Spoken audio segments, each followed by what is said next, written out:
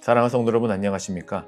2026년 4월 15일 수요일 새벽 예배를 살아계신 하나님께 드리도록 하겠습니다. 다 함께 찬송가 200장 찬양하시겠습니다.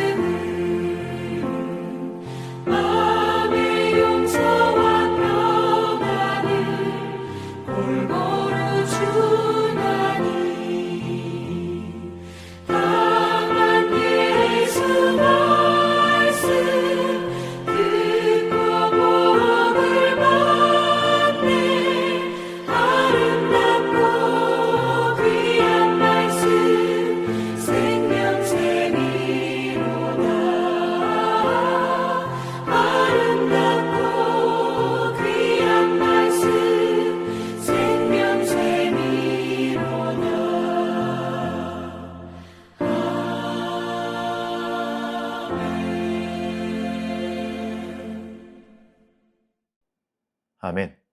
오늘 함께 나눌 말씀은 시편 98편 1절부터 9절까지의 말씀입니다. 새 노래로 여호와께 찬송하라. 그는 기이한 일을 행하사 그의 오른손과 거룩한 팔로 자기를 위하여 구원을 베푸셨음이로다. 여호와께서 그의 구원을 알게 하시며 그의 공의를 문 나라의 목전에서 명백히 나타내셨도다. 그가 이스라엘의 집에 베푸신 인자와 성실을 기억하셨으므로 땅끝까지 이르는 모든 것이 우리 하나님의 구원을 보았도다. 온 땅이여 여호와께 즐거이 소리칠지어다. 소리내어 즐겁게 노래하며 찬송할지어다. 수금으로 여호와를 노래하라. 수금과 음성으로 노래할지어다. 나팔과 호각 소리로 왕이신 여호와 앞에 즐겁게 소리칠지어다. 바다와 거기 충만한 것과 세계와 그 중에 거하는 자는 다 외칠지어다. 여호와 앞에서 큰 물은 박수할지어다. 산악이 함께 즐겁게 노래할지어다. 그가 땅을 심판하러 임하실 것이미로다. 그가 의의 세계를 판단하시며 공평으로 그의 백성을 심판하시리로다. 아멘. 사랑하는 성도 여러분, 오늘도 하나님께서 새벽을 깨우시고 우리를 이 자리로 부르셨음을 감사하는 하루가 되길 원합니다. 이 시간 우리가 드리는 예배가 형식이 아니라 정말 하나님이 살아있음을 고백하는 신앙의 고백이 있는 시간 되길 간절히 소망합니다.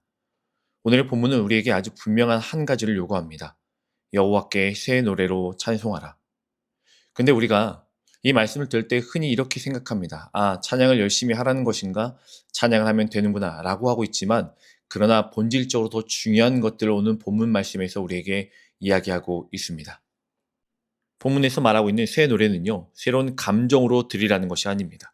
이것은 구원의 사건을 의미하고 그것을 노래하라고 이야기하는 것입니다. 1절을 보면요, 새 노래로 여호와께 찬송하라.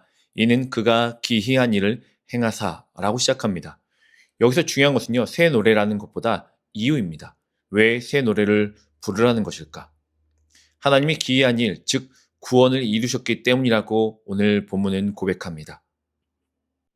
찬양은요, 인간의 감정에서 출발하지 않습니다. 하나님의 객관적인 구원의 사건에서 출발한다는 사실을 우리는 기억해야 합니다. 2절과 3절 말씀 함께 보겠습니다. 여호와께서 그의 구원을 알게 하시며 그의 공의를 문 나라의 목전에서 명백히 나타내셨도다. 그가 이스라엘의 집에 베푸신 인자와 성실을 기억하셨으므로 땅 끝까지 이르는 모든 것이 우리 하나님의 구원을 보았도다. 아멘. 여호와께서 그의 구원을 알게 하셨고 그의 공의를 나타내셨으며 그의 인자와 성실을 기억하셨다라는 것이 여기서 말하는 핵심이에요. 구원은 우리가 만들어낸 것이 아닙니다. 하나님이 이루시고 드러내신 것입니다. 그러게 우리의 찬양은 이것들이 기반이 돼야 합니다. 그가 구원을 알게 하셨고 그의 공의를 나타내셨고 그의 인자와 성실을 기억하게 하셨으니 우리가 하나님을 찬양하는 것이 마땅하다라는 것이 우리의 신앙의 고백이 돼야 합니다. 구원은 우리가 만들어낸 것이 아닙니다. 하나님이 이루시고 드러내신 것입니다. 하나님이 하셨고 하나님이 하실 것이고 하나님이 하고 계신다는 거예요. 우리는 종종 이렇게 이야기할 때가 있어요. 오늘은 마음이 좀 은혜로워서 찬양이 잘 되었다. 오늘은 좀 힘들어서 찬양이 안 되더라. 그러나 성경은 우리의 이 잘못된 고백을 반대로 이야기합니다. 이미 하나님이 구원하셨기 때문에 찬양하라. 감정이 아니라 사실입니다. 상태가 아니라 복음이 되어야 되는 것이 오늘 본문 말씀에 나오고 있는 새 노래로 여호와께 찬양해야 되는 이유입니다. 사랑하는 성도 여러분, 우리의 감정으로 드리는 것이 찬양이 아님을 우린 너무나 잘 알고 있어요. 그러나 우리가 때때로 있는 것은 그 노래의 음정과 또한 분위기와 내 감정으로 드릴 때가 있지만 찬양을 해야 되는 이유가 분명함을 우린 기억해야 합니다. 그의 구원을 알게 하셨고 그의 공의를 나타내셨고 그가 인자와 성실을 보이셨다는 그 사실을 우리의 감정으로서가 아니라 또한 우리의 상태로서가 아니라 그 사실, 복음을 노래하기에 힘쓰며 애쓰는 삶이 되어야 합니다. 4절부터 6절까지 말씀을 보면요. 시편 기자는 이제 개인을 넘어서 이렇게 외칩니다. 온 땅이여 여호와께 즐거이 소리칠지어다. 나에서부터 이제 이스라엘, 이제 온 땅으로 점점 퍼져나가고 있습니다. 왜 그렇습니까? 하나님의 구원은 특정한 사람만을 위한 것이 아닙니다. 온 세상에 선포되어야 되는 왕의 통치이기 때문에 그렇습니다. 그 때문에 6절에서 이렇게 표현합니다. 나팔과 호각 소리로 왕이신 여호와 앞에 즐겁게 소리칠지어다. 여호와 앞에 왕이신 그분 앞에 하나님은 단순히 도와주시는 분이 아닙니다. 왕으로서 다스리시는 분이에요. 하나님은 주권자이시고 구원은 그의 통치 아래에 이루어지며 우리는 그 왕 앞에 서 있는 백성임을 높여드리는 것, 고백하는 것, 그것이 저와 여러분들의 찬양이 되어야 합니다. 그래서 찬양은 단순한 노래가 아니라 왕 앞에 드리는 경배예요. 때문에 우리는 우리의 즐거움과 감정으로 노래하는 것이 아니라 왕 앞에 내가 마땅히 해야 할 신앙의 고백이요, 그를 높여드리는 것이요, 경배가 돼야 된다는 말씀입니다. 여러분, 우리가 예배할 때 그저 좋은 시간을 보내는 것이 아닙니다. 우리가 예배할 때 우리가 그냥 위로받는 것으로 만족해야 되는 시간이 되어서는 안 됩니다. 우리는 우리의 예배가 온전히 지금 현재 왕 앞에 서 있다는 그 사실을 고백하는 시간이 돼야 합니다. 그래서 찬양은 가볍지 않습니다. 하지만 동시에 그 안에 기쁨이 넘쳐야 합니다. 왜냐하면 그분이 우리의 왕이시기 때문에 절대 가볍지 않지만 마음을 다하여 기쁨으로 그분을 높여드려야 한다는 것입니다. 누가요? 저도, 우리도 온 땅이 그렇게 해야 된다는 것을 오늘 본문 말씀에선 우리에게 이야기하고 있어요. 그러기에 7절과 8절 말씀에서도 자연도 함께 노래하라라고 이야기를 하는 거예요. 바다와 거기 충만한 것과 세계와 그 중에 거하는 자는 다 외칠지어다. 왕 앞에서 큰 물은 박수칠지어다. 산악이 함께 즐겁게 노래할지어다. 아멘. 바다가 외치고 강들이 박수치며 산들이 함께 즐거이 노래한다. 온 창조의 세계가 하나님을 높여드리며 찬양해야 한다는 것입니다. 하나님이 이 땅을 창조하신 목적은요, 하나님은 자신의 영광을 위하여 이 땅을 창조하셨고 창조되었던 모든 피조물은 그의 영광을 드러내야 합니다. 찬양하고 높여드리고, 그럼을 말미암아 하나님이 우리를 바라보시며 이 땅을 바라보시며 피조물들을 바라보시며 보시기에 좋았더라 라고 하시는 것, 그것이 창조의 목적이에요. 하지만 지금 현실은 어때요? 자연은 신음하고 있고요. 세상은 깨어지고 있고요. 사람들은 하나님을 거부합니다. 그럼에도 불구하고 시편은 말하죠. 그럼에도 하나님은 찬양받으셔야 한다라고. 왜냐하면 하나님은 회복을 위하여 이미 구원을 이루셨고 또한 이루실 것입니다. 그 구원은 결국 창조를 회복시킬 것이기 때문입니다. 그러게 우리는 어떤 상황이든지 하나님을 높여드리며 찬양하는 삶, 예배하는 삶을 살아내야 합니다. 마지막 9절의 말씀이 굉장히 중요합니다. 함께 9절을 보겠습니다. 그가 땅을 심판하러 임하실 것이미로다. 그가 의로 세계를 판단하시며 공평으로 그의 백성을 심판하시리로다. 그가 임하사 땅을 심판하신다고 말씀하십니다. 사랑하는 성도 여러분, 우리가 왜 찬양을 해야 합니까? 물론 우리를 만드시고 그의 목적이 우리를 통하여 찬양받으시길 원하시고 우리의 왕이시기 때문에 높여드리는 것이 마땅하지만 오늘 9절에서는 왜 찬양을 해야 하는지에 대해서 정확하고 명확하게 이야기합니다. 그가 임하사 땅을 심판하러 오시기 때문입니다. 의로 세상을 심판하시며 공평으로 그의 백성을 심판하실 것입니다. 하나님의 심판은 공의롭습니다. 동시에 그의 백성에게는 구원의 완성입니다. 그렇기 때문에 심판은 우리에게 두려움이 아니라 소망이에요. 그때 우리는 다시 오실 주님을 기대하며 또한 그분을 높여드리는 삶을 이 땅 가운데 살아내면서 우리의 입술과 우리의 모든 삶을 통하여 그분을 높여드리고 기다리는 삶을 살아내야 합니다. 사랑하는 성도 여러분, 감정이 아니라 복음으로 주님을 찬양하는 여러분이 되길 간절히 소망합니다. 오늘의 기분이 어떻든 이미 하나님은 구원을 이루셨다는 그 사실은 변하지 않습니다. 그렇기 때문에 우리는 찬양할 수 있습니다. 하나님을 왕으로 인정하는 삶, 예배는 선택이 아니라 내가 지금 왕 앞에 서 있다는 그 신앙의 고백이 저와 여러분의 삶으로, 찬양으로, 예배로 온전히 고백하며 올려드리는 성도님들이 되길 간절히 소망합니다. 주님은 반드시 오십니다.